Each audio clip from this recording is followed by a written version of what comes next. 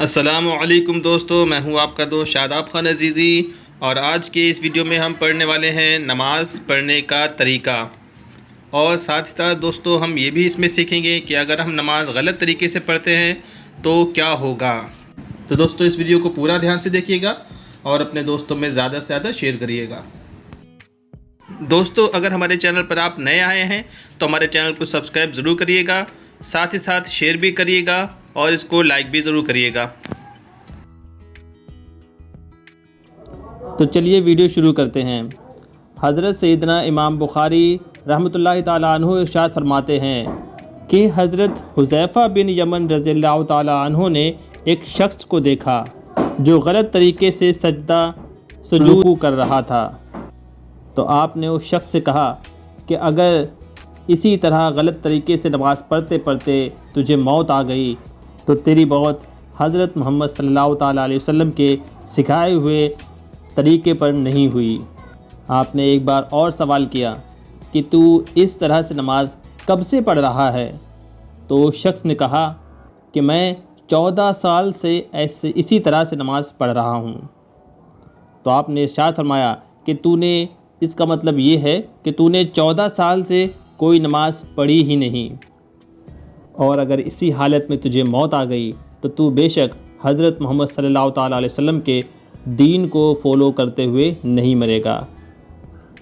तो देखा प्यारे इस्लामी भाइयों, इस हदीस से, इस प्यारी हदीस से हमें ये पता चलता है कि अगर हम गलत तरीके से नमाज़ पढ़ते हैं तो हमारी नमाज़ नहीं मानी जाएगी। इसलिए हमारा नमाज को अच्छे तरीके से, सही ढंग से पढ़ना भी बहुत ज़रूरी है। तो चलिए दोस्तों नमाज का हम तरीका सीख लेते हैं। सबसे पहले आपको वज़ू के साथ में काबा शरीफ की तरफ मुंह करके सीधे खड़े हो जाना है और आपकी जो पैरों का फासला है वो सिर्फ 4 उंगल का होना चाहिए। बहुत से लोग पैरों के काफ़ी टांगों को खोल के खड़े हो जाते हैं, वो गलत है। आपको सिर्फ 4 उंगल, शुरुआत में आप कुछ दिन तक 4 उंगल आप नाप के जो है मीजर करके खड़े हो सकते हैं। उसके बाद आदत बन जाएगी, आपको अंदाज़ मिल जाएगा कि 4 उंगली पे कैसे खड़े होना है। अब अपने दोनों हाथों को कानों तक ले जाएं और अंगूठे से कानों की लौ को छुएं।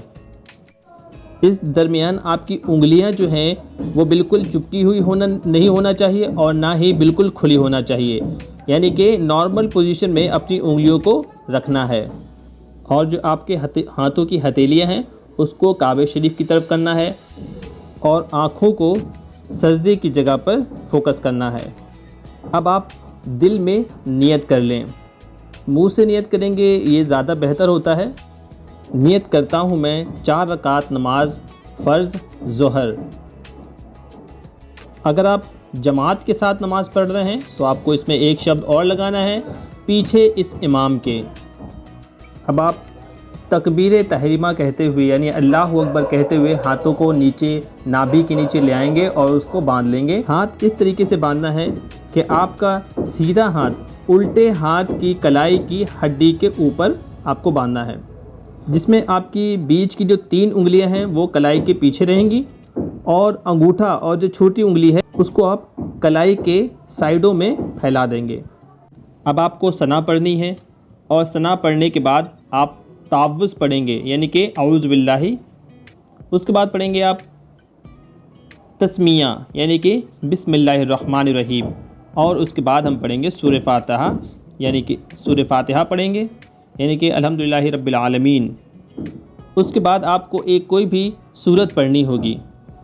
अब आप अल्लाह अकबर कहते हुए रुकू में जाएंगे और रुकू में जाकर आपको अपने हाथों की हथेलियों से अच्छे से घुटनों को पकड़ना है और आपकी उंगलियां जो हैं फैली हुई होना चाहिए। पीठ को एकदम सीधा रखें, सर को ज़्यादा झुकाना नहीं है, यानी कि आपको अपने सर को पीठ के लेवल पे ही रखना है, ऊपर या नीचे इसको बिल्कुल नहीं करना है। रुकू में आपकी जो नज़र है वो आपके पैरों पर होना चाहिए। अब आप 3 बार तस्मीह पढ़ेंगे यानी कि सुबहान रब्बियल अज़ीम पढ़ेंगे और फिर सीधे खड़े हो जाएंगे तस्मीह कहते हुए यानी कि समी अल्लाहु लिमन हमिदा कहते हुए आपको सीधे खड़े हो जाना है। अगर आप मुनफरिद हैं यानी कि जमात के साथ नमाज़ पढ़ रहे हैं तो आपको बोलना है अल्लाहुम्मा रब्बना वलकल हम्द। अब आपको सजदे के लिए झुक जाना है। अल्लाह अकबर कहते हुए आप सजदे में चले जाएंगे। और इसमें आपको ध्यान रखना है कि आपकी जो नाक की हड्डी है और माथा जो है अच्छे से ज़मीन से मिला रहना चाहिए, चिपका रहना चाहिए। और आपकी नज़रें नाक पर होना चाहिए। आंखें बंद मत करिए। बहुत से लोग सजदे के दौरान जो है आंखें बंद कर लेते हैं। आंखें बंद नहीं करना है, आंखें खुली रखना है और नाक पर फोकस करना है। हाथों को दोनों साइडों से अलग रखना है और इसी तरीके से जो आपके घुटने हैं वो पेट से अलग हों, उन्हें बिल्कुल भी आपको चिपकाना नहीं है। और उसी तरीके से जो आपके घुटनों का पीछे का हिस्सा है वो भी चिपका नहीं होना चाहिए, उसको भी अलग रखना है। एक बात का ध्यान रखना है आपको कि अगर आप जमात में नमाज़ पढ़ रहे हैं तो हाथों को बिल्कुल भी नहीं खोलना है। हाथों को यानी साइडों को चिपका लेना है। बहुत से लोग हाथों को खोल लेते हैं, इससे दूसरों को परेशानी होती है। ऐसा बिल्कुल ना करें। जब जमात में हो तो दोनों साइडों से हाथों को दोनों साइडों से चिपका के रखें। आपकी पैरों की उंगलियां जो हैं 10 उंगलियां काबा शरीफ की तरफ होना चाहिए और जो इसका गोश्त जो होता है वो ज़मीन से चिपका हुआ रहना चाहिए। हाथों की हथेलियां ज़मीन पे होना चाहिए, ज़मीन से चिपकी रहना चाहिए। लेकिन जो आपके कलाइयों से नीचे का हिस्सा यानी कि कलाई से कोनी तक का जो हिस्सा है वो ज़मीन पर बिल्कुल भी ना लगाएं। अब आपको पढ़ना है सुबहान रब्बियल आला। इसको कम से कम 3 बार पढ़ना है। अब अपना सिर आप ज़मीन से उठा लें, जिसमें सबसे पहले माथा और उसके बाद नाक होना चाहिए और फिर हाथों को उठाना है और सीधे बैठ जाएं। आपका सीधा पैर है वो आपको खड़ा रखना है। 5 उंगलियां काबे शरीफ की तरफ होना चाहिए और उसका जो गोश है वो ज़मीन पर चिपका रहना चाहिए। उल्टा पैर जो है यानी कि लेफ़्ट फुट जो है उसको आपको ज़मीन पर फैला देना है और उस पर ही आपको बैठ जाना है। अपनी हथेलियों को आपको जांघों पर रखना है, जिसमें आपकी हथेलियां जो हैं घुटने के करीब होना चाहिए और आपकी उंगलियां जो हैं वो काबे शरीफ की तरफ होना चाहिए। अब इसी तरह से आपको दूसरा सजदा भी लगाना है। अल्लाह अकबर कह के आप दोबारा सजदे में चले जाएंगे और जैसे मैंने पहले बताया ठीक वैसा ही करेंगे। अब आप अपना सर सजदे से उठा लें और अपने घुटनों का सहारा लेकर सीधे खड़े हो जाएं।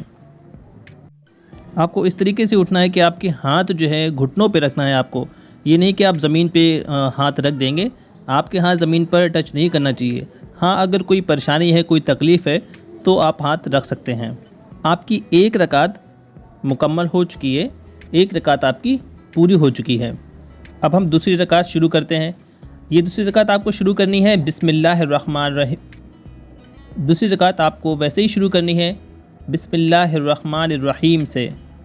उसके बाद में आपको सूरह फातिहा पढ़नी है और उसके बाद में एक कोई भी सूरत आप पढ़ सकते हैं।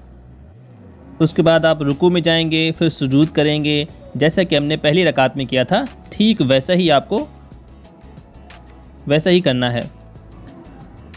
दूसरे सजदे के बाद इसमें आपको सीधे पैर को खड़ा करके दूसरे पैर को लिटाकर उस पर बैठ जाना है। उस पर सीधे बैठ जाना है। अब आपको तशहुद पढ़ना है। तशहुद यानी कि अत्तहियात। अगर आपको अत्तहियात याद है तो आपको ये पढ़ना है अत्तहियातु लिल्लाहि वस्सलावातु वत्तय्यिबात। अत्तहियात पढ़ने के वक्त जब आप ला पे पहुँचेंगे यानी कि अशहदु अल्ला, जब आप ला पे पहुँचेंगे तो आपको अपने हाथों का एक सर्कल बनाना है। ये सर्कल जो है यानी कि जो घेरा है आपको अपनी मिडिल फिंगर और अंगूठे का बनाना है। मिडिल फिंगर यानी बीच की उंगली, इसमें जो आपकी रिंग फिंगर है और जो छोटी उंगली है यानी कि जो अंगूठे के अपोजिट में जो छोटी उंगलियां होती हैं दोनों को जो है वो अपनी हथेलियों की तरफ करना है। और फिर जैसे ही आप ला पे पहुँचे यानी कि अशहदु अल्ला पे पहुँचेंगे तो आपको जो इंडेक्स फिंगर है यानी कि जो अंगूठे के पास वाली उंगली है उसको आपको सीधा उसे खड़ा कर देना है, उसको आपको उठाना है। इस इंडेक्स फिंगर को आपको right and side to side बिल्कुल भी हिलाना डुलाना नहीं है। और जब आप इल्ला पर पहुँचेंगे यानी कि अशहदु अल्ला इलाहा इल्ला, वहाँ पे जब पहुँचेंगे तो आपको उंगली को बिठा देना है, हाथों को नॉर्मल कर लेना है जैसे कि वो पोजीशन में थे। यानी कि आपको जो उंगलियां हैं चारों वो पांचों उंगलियां अपनी काबा शरीफ की तरफ कर देनी है। अगर आप 2 रकात से ज़्यादा नमाज़ पढ़ रहे हैं तो आपको फिर से खड़े हो जाना है, सीधे खड़े हो जाना है अल्लाह अकबर कहते हुए। अगर आप फ़र्ज़ नमाज़ पढ़ रहे हैं तो हमें सिर्फ जो है बिस्मिल्लाहिर्रहमानिर्रहीम पढ़ना है, उसके बाद में सूरह फातिहा पढ़ना है। और इसमें जो है तीसरी और जो चौथी रकात होती है, इसमें हमें कोई भी एक्स्ट्रा जो सूरत होती है वो पढ़ना नहीं होती है, सिर्फ हमें सूरह फातिहा ही पढ़ना ज़रूरी होता है। लेकिन अगर ये नमाज सुन्नत है या कोई नफिल है तो आपको तीसरी और चौथी रकात में भी एक एक्स्ट्रा सूरत पढ़नी होगी। और जो बाकी की चीज़ें होती हैं बिल्कुल वैसी ही करनी है जैसे मैंने पहले बताई हैं। फिर जैसे ही आपकी चारों रकातें पूरी हो जाती हैं तो आपको तशहुद के बाद यानी कि अशहद अत्तहियातु लिल्लाहि व सलावातु के बाद जो है आपको दरूद इब्राहीम पढ़ना है। दरूद इब्राहीम पढ़ने के बाद आपको दुआए मसूरा पढ़ना है, यानी कि रब्बना आतिना फिद दुनिया हसनतों। नमाज पूरी होने पर आपको सीधे कंधे की तरफ अपनी गर्दन को मोड़कर अस्सलामु अलैकुम व रहमतुल्लाह पढ़ना है। और यही सलाम हमें दूसरे कंधे की तरफ यानी कि उल्टे कंधे की तरफ भी गर्दन मोड़कर इसको कहना है। अब आपकी नमाज पूरी हो चुकी है। दोस्तों, मैंने आपकी हेल्प के लिए नमाज में जितनी भी पोजीशन है उन सब पोजीशन के लिए एक पिक डाली हुई है जो आपकी हेल्प करेंगी नमाज को समझने में। आज का वीडियो कैसा लगा दोस्तों, हमें कमेंट बॉक्स में लिखकर ज़रूर बताएं। अब मैं इजाज़त चाहता हूँ, अगले वीडियो में मिलते हैं। अल्लाह हाफ़िज़।